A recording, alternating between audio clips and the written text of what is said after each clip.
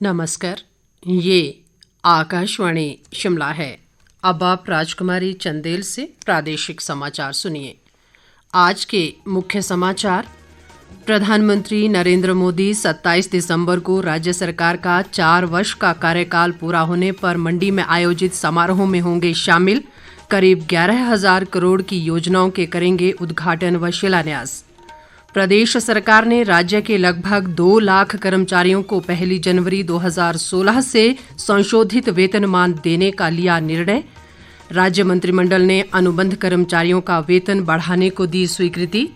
और आज़ादी का अमृत महोत्सव के तहत लोक शिकायतों के निवारण के लिए राष्ट्रव्यापी सुशासन सप्ताह आज से शुरू। अब समाचार विस्तार से। मुख्यमंत्री जयराम ठाकुर ने आज नई दिल्ली में प्रधानमंत्री नरेंद्र मोदी से भेंट की। मुख्यमंत्री ने राज्य सरकार का 4 वर्ष का कार्यकाल पूरा होने पर 27 दिसंबर को मंडी में आयोजित होने वाले समारोह के लिए प्रधानमंत्री को निमंत्रण दिया। इस दौरान मुख्यमंत्री ने प्रदेश की विभिन्न विकासात्मक परियोजनाओं के बारे में भी प्रधानमंत्री के साथ चर्चा की। प्रधानमंत्री ने उन्हें हिमाचल के विकास के लिए हर संभव सहायता का आश्वासन दिया। मुख्यमंत्री ने दिल्ली से लौटने के बाद शिमला में पत्रकारों से अनौपचारिक बातचीत में बताया कि प्रधानमंत्री नरेंद्र मोदी ने 27 दिसंबर को मंडी में आयोजित होने वाले समारोह में आने के निमंत्रण को स्वीकार कर लिया है। उन्होंने कहा कि इस दौरान प्रधानमंत्री प्रदेश के लिए लगभग 11,000 करोड़ रुपए की योजनाओं के उद्घाटन व शिलान्यास करेंगे। जयराम ठाकुर ने कहा कि इस अवसर पर दूसरी ग्राउंड ब्रेकिंग सेरेमनी के तहत निवेश के प्रस्तावों को भी हरी झंडी दी जाएगी। प्रधानमंत्री जी को विधिवत निमंत्रण देने के लिए गया था 27 तारीख को। हमारी सरकार के 4 वर्ष पूरे हो रहे हैं और 4 वर्ष पूरे होने पर प्रधानमंत्री जी हमारे हिमाचल प्रदेश देवभूमि में आ रहे हैं। हम उनका स्वागत करेंगे और मंडी में लगभग 11,000 करोड़ रुपए के उद्घाटन और शिलान्यास का कार्यक्रम है और उनका मार्गदर्शन हमको प्राप्त होगा। 6700 करोड़ का रेणुका बांध का शिलान्यास होगा और विशेष आग्रह करने पर प्रधानमंत्री जी से बातचीत करने के पश्चात उसकी सीसीए की जो क्लियरेंस थी वो पिछली कैबिनेट में क्लियर हुई है। उसका फाउंडेशन स्टोन होगा, लूरी स्टेज 1 का फाउंडेशन स्टोन होगा, साबड़ा कुड्डू का इनॉग्रेशन होगा और उसके साथ धौला सिद्ध का फाउंडेशन स्टोन होगा। इस बीच मुख्यमंत्री ने आज दिल्ली में लोकसभा अध्यक्ष ओम बिरला से भी शिष्टाचार भेंट की। वरिष्ठ भाजपा नेता व पूर्व मुख्यमंत्री प्रोफेसर प्रेम कुमार धूमल ने 27 दिसंबर को प्रधानमंत्री द्वारा धौलासिद्ध जल विद्युत परियोजना के निर्माण कार्य का शुभारंभ किए जाने पर प्रसन्नता जताई है। एक बयान में उन्होंने कहा कि इस परियोजना का निर्माण कार्य शुरू होने से हमीरपुर और कांगड़ा जिला के लोग लाभान्वित होंगे। धूमल ने विश्वास जताया कि आने वाले 3 वर्षों में धौलासिद्ध जल विद्युत परियोजना का निर्माण कार्य पूरा हो जाएगा और इससे प्रदेश की आर्थिक स्थिति में सुधार आएगा।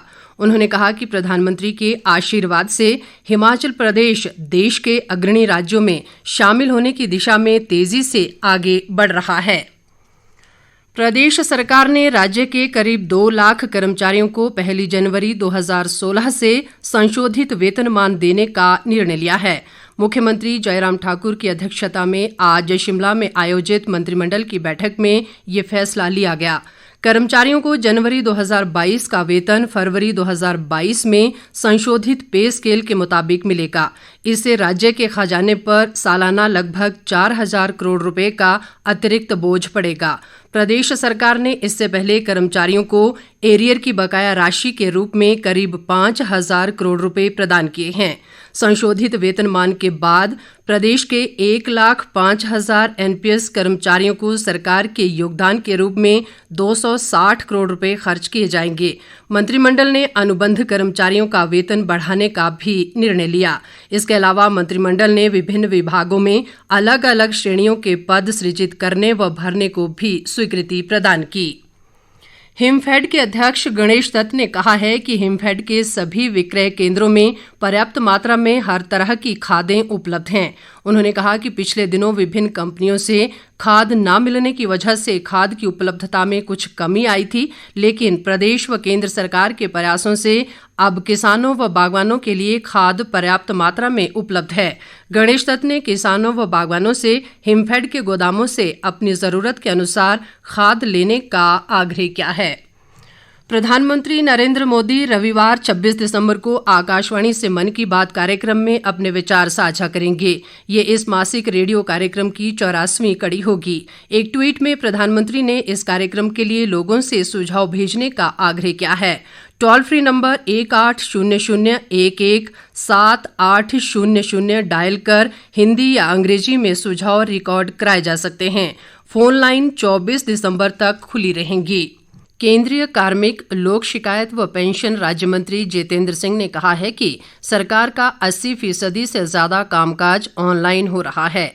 आजादी का अमृत महोत्सव समारोह के तहत आज नई दिल्ली में सुशासन सप्ताह के उद्घाटन अवसर पर उन्होंने कहा कि डिजिटल इंडिया पहल के कारण कोविड के दौरान भी शासन का कामकाज सुचारू रूप से चलता रहा। इस बार सुशासन सप्ताह का विषय प्रशासन गांव की ओर है। इसके तहत लोक शिकायतों के निवारण और इनकी सेवाओं में सुधार के लिए एक राष्ट्रव्यापी अभियान सभी जिलों, राज्यों और केंद्र शासित प्रदेशों में चलाया जाएगा। सप्ताह भर चलने वाले इस कार्यक्रम के दौरान 700 से अधिक जिला कलेक्टर समय पर शिकायतों के निपटाने और सेवाओं में सुधार के लिए तहसील और पंचायत समिति मुख्यालयों का दौरा करेंगे। आकाशवाणी शिमला के क्षेत्रीय समाचार एकांश द्वारा प्रत्येक सोमवार को अमृत महोत्सव क्विज आकाशवाणी समाचार के साथ कार्यक्रम शुरू किया गया है। आजादी का अमृत महोत्सव।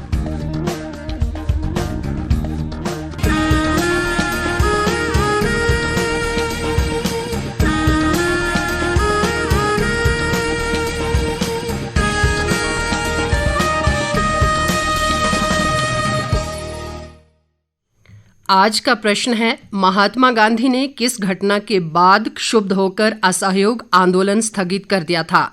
आप अपना जवाब हमें इस बुलेटिन के समाप्त होते ही हमारी ईमेल adnewsshimla@gmail.com पर भेज सकते हैं। जवाब देते समय श्रोता अपना स्थान, मोबाइल नंबर और फोटो भी साथ भेजें। ईमेल पर सबसे पहले जवाब देने वाले 10 श्रोताओं में से लकी ड्रॉ के माध्यम से विजेता का चयन किया जाएगा। विजेता का नाम कल शाम इसी समय समाचार बुलेटिन में प्रसारित होगा। पुरस्कारों के लिए सहयोग दे रहे हैं हिम ऊर्जा हिमाचल प्रदेश। चलो अब अक्षय ऊर्जा अपनाएं, अपने प्रदेश को आगे बढ़ाएं। अधिक जानकारी के लिए अपने निकटतम हिम ऊर्जा कार्यालय से संपर्क करें। सीमा सड़क संगठन ने कहा है कि पलचान से अटल टनल रोहतांग के नॉर्थ पोर्टल तक जाने वाली सड़क विशेष तौर पर सर्दियों के मौसम के दौरान पूरी तरह से सुरक्षित है। बीआरओ के मुख्य अभियंता वीके सिंह ने आज लाहौल स्पीति जिले के उपायुक्त नीरज कुमार के साथ केलंग में एक बैठक के दौरान ये जानकारी दी। उन्होंने कहा कि बीआरओ ने विभिन्न स्थानों पर ग्लेशियर के खतरे को रोकने के लिए पुख्ता प्रबंध किए हैं। मुख्य अभियंता ने जानकारी दी कि पर्यटकों की बढ़ती संख्या के दृष्टिगत 3000 गाड़ियों की पार्किंग क्षमता वाली 2 पार्किंग के निर्माण संबंधी कार्ययोजना भी तैयार की गई है। प्रदेश में कोरोना संक्रमण के मामलों में कमी दर्ज की जा रही है। राज्य में आज कोरोना के 33 नए मामले सामने आए हैं, जबकि इस दौरान 70 कोरोना संक्रमित स्वस्थ भी हुए हैं। वर्तमान में राज्य में कोरोना के सक्रिय मरीजों की संख्या घटकर 454 रह गई है। प्रदेश में कोरोना संक्रमण से अब तक 3851 लोगों की मृत्यु हुई है। अंत में मुख्य समाचार एक बार फिर। प्रधानमंत्री नरेंद्र मोदी 27 दिसंबर को राज्य सरकार का 4 वर्ष का कार्यकाल पूरा होने पर मंडी में आयोजित समारोह में होंगे शामिल। करीब 11,000 करोड़ की योजनाओं के करेंगे उद्घाटन व शिलान्यास। प्रदेश सरकार ने राज्य के लगभग 2 लाख कर्मचारियों को 1 जनवरी 2016 से संशोधित वेतनमान देने का लिया निर्णय। राज्य मंत्रिमंडल ने अनुबंध कर्मचारियों का वेतन बढ़ाने को दी स्वीकृति। और आज़ादी का अमृत महोत्सव के तहत लोक शिकायतों के निवारण के लिए राष्ट्रव्यापी सुशासन सप्ताह आज से शुरू। इसके साथ ही ये समाचार बुलेटिन समाप्त हुआ। नमस्कार।